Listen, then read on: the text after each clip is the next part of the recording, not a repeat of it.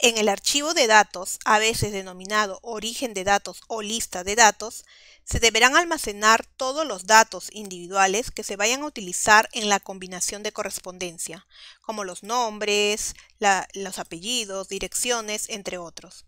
La estructura de un archivo de datos deberá permitir introducir información concreta en cada marcador o campo del documento principal. Pero en definitiva, un archivo de datos es cualquier archivo que organice la información en columnas y filas. Es posible la creación de archivos de datos con muchos programas distintos, pero los más comunes son las hojas de cálculo de Excel, los archivos de contactos de Outlook y las bases de datos de Access. Las columnas de un archivo de datos representan las categorías. Por ejemplo, en un archivo de datos de clientes puede haber columnas para el nombre de la compañía, el nombre de contacto, cargo de contacto, entre otros. Y cada fila del archivo representa un registro completo de un cliente. En el archivo de datos de clientes, por ejemplo, una fila contiene toda la información sobre cada uno de ellos.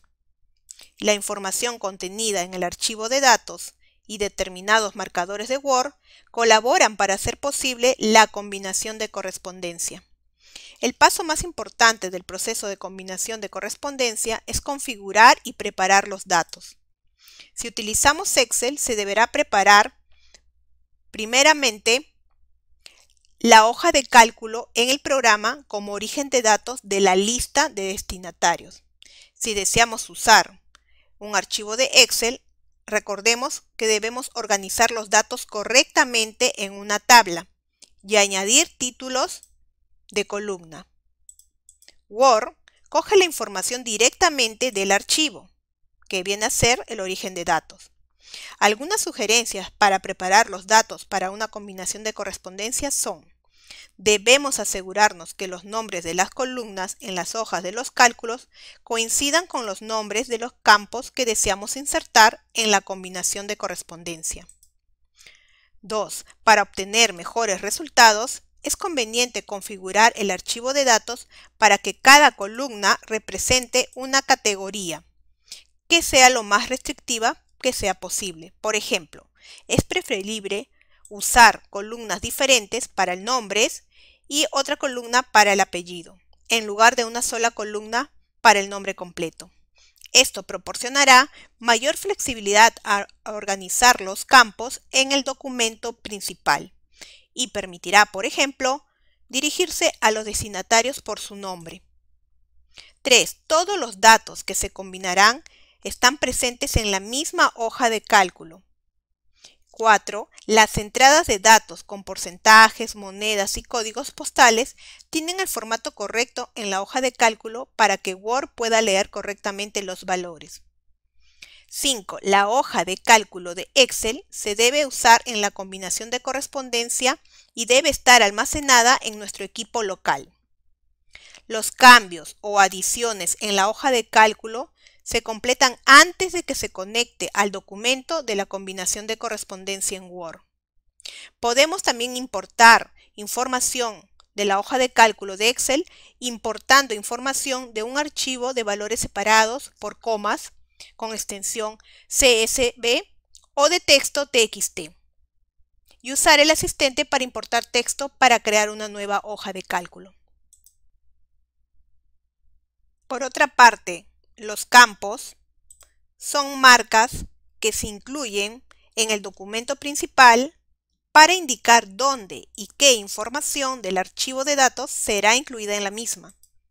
En el documento principal, un campo que representa información procedente de un archivo de datos aparece siempre entre comillas angulares, como podemos observar. Nombre, apellido, área, dirección son campos que se han insertado.